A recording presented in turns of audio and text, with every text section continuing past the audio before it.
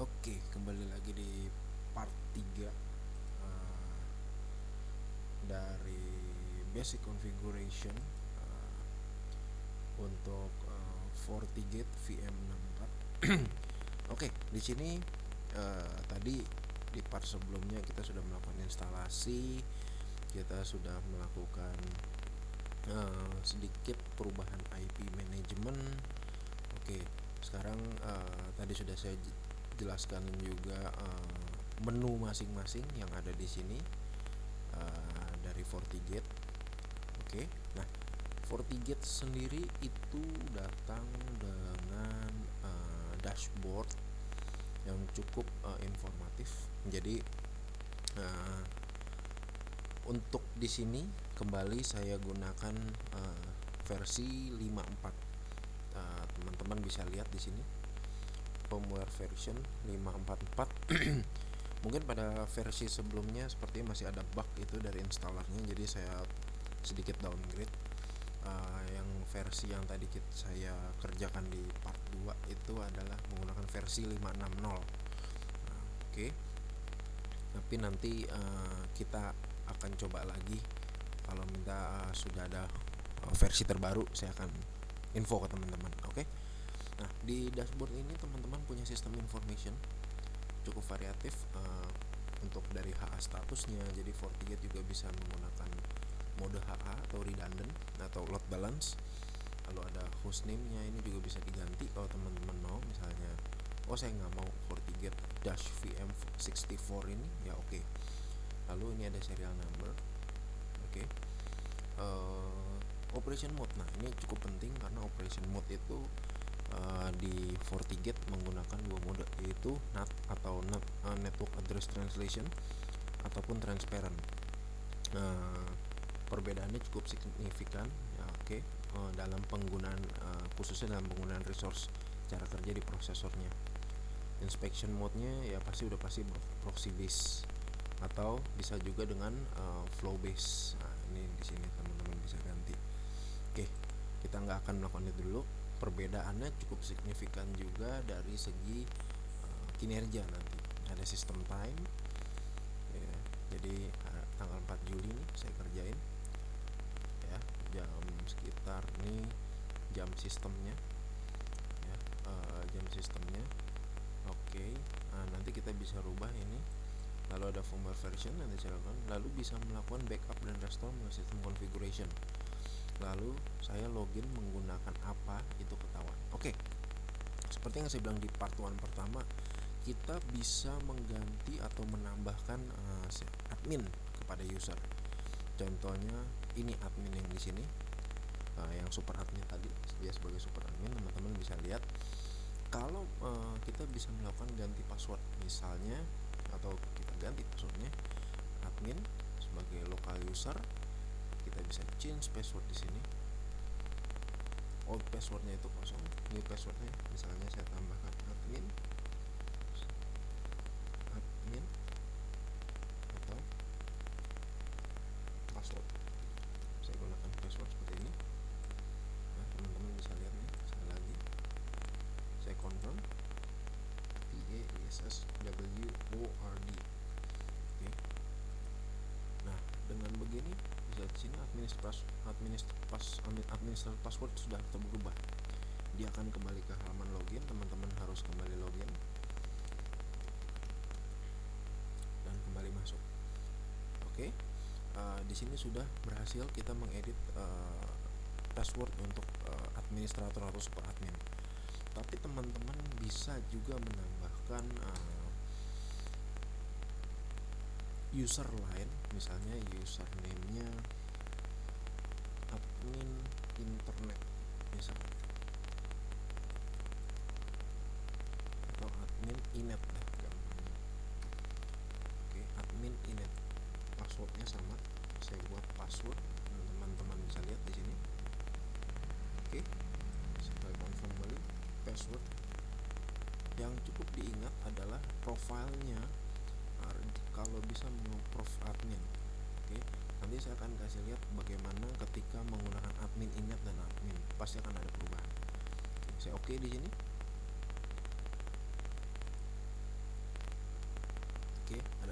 di sini.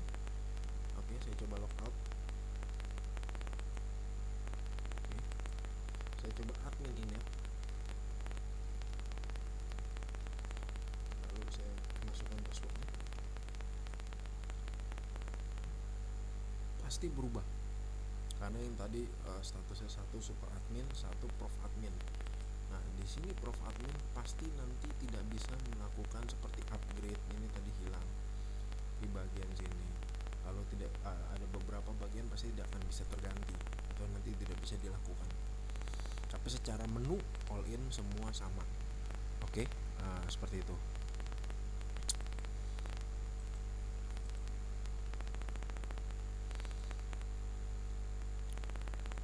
Oke,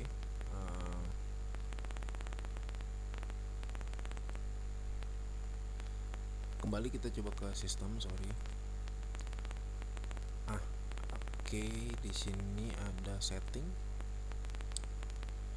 Di setting ini jika teman-teman ingin membuat policy di mana untuk browsing internet tidak mengulang port 80, silakan di redirect ke port yang diinginkan. Begitu pula dengan 443-nya. Di sini ada sedikit warning karena saya sudah ada SSL VPN menggunakan port ini. Oke, ini secara default HTTPS portnya menggunakan 443, SS hanya 22, telnet 23. Oke,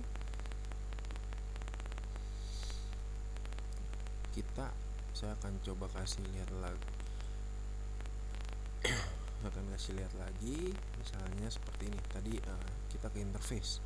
Nah, seperti yang tadi saya bilang di part 1 dan 2. Port 1 ini teman-teman bisa lihat di sini yang saya sorot itu digunakan sebagai port management. Jadi kalau teman-teman mau masuk ke dalam menu ini sebut port management menggunakan 192, 168, 1 dan 199 dengan /24 subnet mesh-nya. Nah, ini bisa kita ganti ketika seperti ini. Teman-teman bisa melakukan double klik 2 kali. Misalnya teman-teman mau ganti ini enggak IP 199, misalnya IP 200. Oke, IP 200. Kembali saya tambahkan SSH misalnya, teman-teman mau lakukan itu. Oke, saya oke. Pasti teman-teman akan putus dari sini nanti karena IP-nya berubah, IP manajemennya. Oke, nah dia akan berputar seperti ini terus. Oke, saya coba kembali ke 192.168.1.200. Yang ini akan berputar terus karena dia sudah putus. Kembali saya login dengan admin, tadi dengan admin inet. Nanti saya coba login dengan password.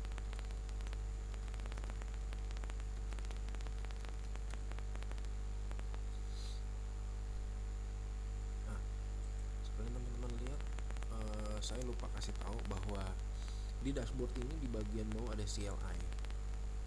Ini posisinya sama kayak teman-teman tadi ketika ada di dalam virtual VMware Workstation. Jadi teman-teman bisa melakukan apa? Cukup dengan tanda tanya di sini. Ya, kalau ada mau melihat sesuatu lebih lengkap, lebih yang suka dengan CLI, silahkan bisa gunakan di sini. Yang GUI kita akan gunakan main di sini. Kalau saya prefer kedua-duanya saya gunakan karena ada beberapa dari menu di GUI yang tidak bisa dijalankan, harus menggunakan CLI seperti advanced setting. Itu nanti kita akan bahas di beberapa session berikutnya. Oke, kembali ke interface tadi. Nah, saya sudah mengganti. Nah, misalnya saya mau membuat port 10 di sini karena ini masih kosong secara default. Ya, saya mau ganti port 10 ini, saya klik double klik. Oke. Di sini role-nya sebenarnya teman-teman bisa ganti, ada LAN, WAN, DMZ. Nah, untuk FortiGate ini bisa berfungsi sebagai traffic dari antara teman-teman di dalam LAN ke WAN. Jadi saya coba ubah ke WAN. Saya dapetin menjadi aliasnya ini adalah WAN link misalnya. Saya coba kasih nama seperti itu. Addressing modenya karena ISP saya tidak memberikan secara manual IP network mesh-nya, jadi saya menggunakan DHCP. Oke, kembali untuk administrative access ini saya jalankan. Oke, misalnya seperti ini. Oke, jadi port 10 ini nanti akan digunakan sebagai port 1 link. Saya kembali ke port 1 untuk nanti di sini nanti manajemen link.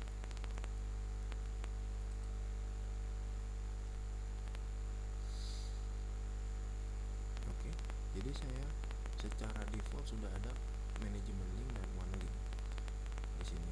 Saya default karena ini DHCP, ya kan, supaya dia bisa mendapatkan. Tapi jangan lupa kita harus set DNS-nya dulu. Kalau memang teman-teman menggunakan specify DNS tertentu, misalnya dari ISP teman-teman mungkin ada yang dari lain-lain, silahkan gunakan yang lain. Tapi saya gunakan FortiGate server. Oke, itu kita lanjut ke sistem.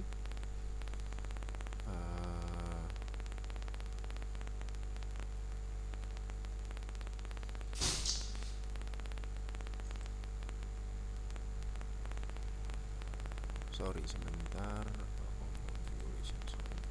perlu. Oke. Saya akan bahas sedikit mengenai, mungkin yang session ini agak sedikit panjang, untuk basic feature yang bisa dilakukan dan additional serta security feature apa yang dilakukan oleh Fortinet. Cara basic feature,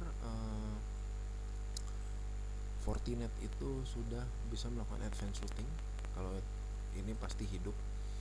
Jadi untuk melakukan RIP, OSPF, BGP, multicast routing dan lain-lain, ini harus dihidupkan di sana. Kalau teman-teman sudah menggunakan IPv6 juga bisa dihidupkan di sini. Oke. Untuk sementara saya matikan. VPN juga sudah ada di sini. Kalau teman-teman nanti di session selanjutnya saya akan coba setup SSL VPN atau IPsec VPN. Lalu additional feature-nya ada cukup banyak di sini. Kalau teman-teman scroll ke bawah cukup lengkap. Jadi untuk basic feature ini sebenarnya feature dari router. Teman-teman sebenarnya sudah bisa menggabungkan router dengan firewall dalam satu box, khususnya di FortiGate ini. Lalu ada additional feature, ada bikin policies yang teman-teman ingin custom. Lalu ada sertifikat yang ingin digunakan sebagai security untuk SSL VPN, IPsec, SSL load balancing dan lain-lain. Lalu ada untuk kalau ada butuh akses ke DNS database tertentu, kalau teman-teman mungkin punya application ini juga sudah bisa. Lalu ada DOS policy ini untuk denial of service. Lalu ada untuk email untuk email collection, jadi untuk enable email collection feature. Lalu ada endpoint on net tracking. Biasanya ini sih dua, jarang digunakan. Implicit firewall policies, ya ini yang kita lakukan sekarang. Policy base untuk firewall. Ada load balance, kalau teman-teman butuh load balance. Oke. Ada local in policy, fireport, multicast policy juga ada, policy learning dan lain-lain, SSL VPN roams dan lain-lain, masih banyak. Traffic shaping ini sudah pasti hidup. Ada one LLB nya juga sudah hidup. Lalu bisa juga wireless open security, WOS ini kalau teman-teman punya wireless untuk diakses supaya bisa dikenali oleh firewall. Lalu untuk customnya security feature ada anti spam, antivirus, application control, CASI, data loss protection. Biasanya ini jangan dipakai karena cukup menyita resource. DLP ini biasanya bisa digunakan untuk kehilangan data, untuk restore di dalam email, application, database, tapi biasanya ini menggunakan third party.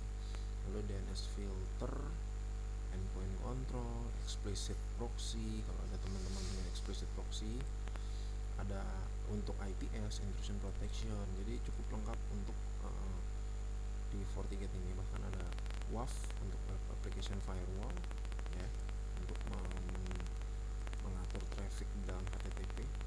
Lalu ada web filter. Oke, sementara itu dulu malam hari ini saya akan selesaiin. Besok kita akan lanjut lagi. See you tomorrow. Bye.